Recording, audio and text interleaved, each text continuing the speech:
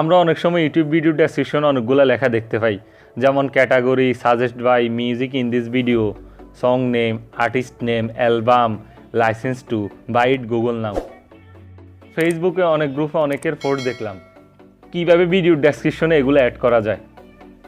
আমার আজকের ভিডিওটি এসব বিষয় নিয়ে, সো ভিডিওটি মনোযোগ সহকারে এবং শেষ পর্যন্ত দেখবেন। শুরু করা যাক।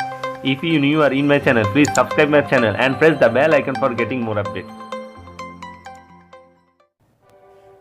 আমরা ভিডিও এডিট করার সময় বিভিন্ন মিউজিক ব্যবহার করি। তার মধ্যে একটি হলো ইউটিউবের নিজস্ব সং, আরেকটি হলো কপিরাইটেড সং।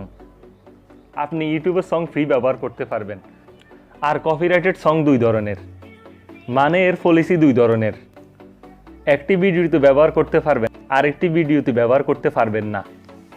এখন মেন পয়েন্টে আসি, কীভাবে ভিডিওর ডেসক্রিপশনে এসব লেখা অ্যাড করবেন। আপনি যদি কোনো কপিরাইটেড সং ভিডিওতে অ্যাড করেন, তখন তাদের নেটওয়ার্ক থেকে অটোমেটিক ক্লেম আসে, আর তখন অটোমেটিক তাদের ডেসক্রিপশন আপনার ভিডিওতে অ্যাড হয়ে যায়, আপনার এক্সট্রা অ্যাড করতে হয় না। আর আপনার ভিডিওতে এই ক্লেম আসলে আপনার আর্নিং রেভিনিউ, কপিরাইট ওনার কাছে সমস্ত রেভিনিউ চলে যাবে।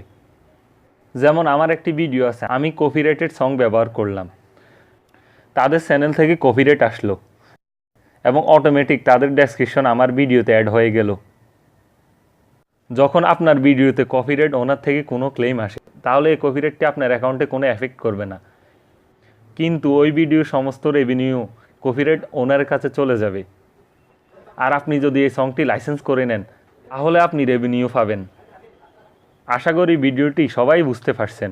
আর হ্যাঁ, পরবর্তী ভিডিওতে আমি দেখাবো কপিরাইটেড কোন গানটি ইউজ করা যাবে আর কোন গানটি ইউজ করা যাবে না, আর কপিরাইট আসলে কি করবেন।